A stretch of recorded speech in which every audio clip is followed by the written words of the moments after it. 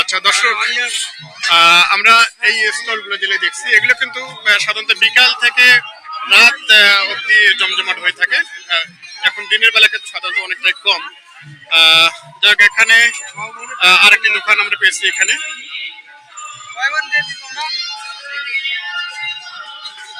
দাদা, হরে কৃষ্ণ, কেমন আছেন আপনারা? আমরা বৈষ্ণবের কৃপায় অনেক ভালো আছি। আচ্ছা, মোটামুটি ভালো আছেন না? আচ্ছা, কি অবস্থা, অনুষ্ঠান কেমন চলছে? অনুষ্ঠান খুব ভালো চলতেছে। আচ্ছা, আশা করি আগামী তো ভালো চলবে। আগামী তো ভালো চলবে। অনেক ভক্তের সমাবেশ এখানে। আচ্ছা আচ্ছা, যাক, মোটামুটি একটা কথা বলি যে এই যে অনুষ্ঠান আপনারা এখানে চলছে আর কি, তো এখানে কি রাজনৈতিক ভাবে কোনো সমস্যা হচ্ছে নাকি? না না না, হচ্ছে না? কোনো সমস্যা নাই। আচ্ছা, দাদার বাড়ি কি এই এলাকায় না কোথায়? বাড়ি আমার ঘরে ইস্কন মন্দির। পরে ইস্কন মন্দির, এই যে পিছনে আমার ঘরটা আছে। হ্যাঁ। আচ্ছা, তো আমরা কিন্তু 5ই আগস্টের পর ইসকনদের নিয়ে একটু সমস্যায় দেখছি আর কি দেশে।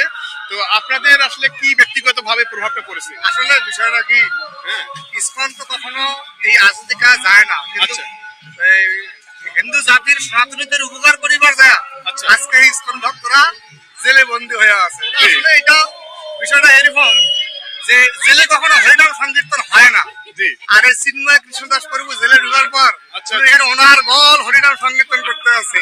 জেলকে বৃন্দাবন তৈরি করে দিয়েছে। ঠিক বলছেন আপনি, ঠিক বলছেন। আপনার সুন্দর বক্তব্য, আমার ভালো লাগলো।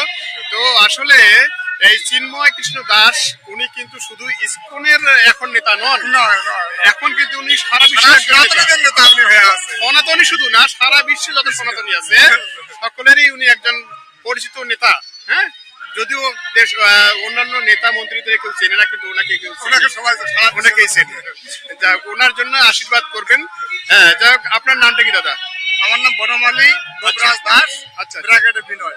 আচ্ছা, বিনয় দাদা। আচ্ছা, তো যাক, আপনি কি এই ধরনের অনুষ্ঠানে এই পাশাপাশি এই দোকানগুলো করে থাকেন? আমরা 100 কিলো এরিয়ার মধ্যে কোনোখানে খবর পাইলে আমরা এই নিরামিষ ভোজনালয় দোকান নিয়ে চলে যাই। নিরামিষ ভোজনালয়।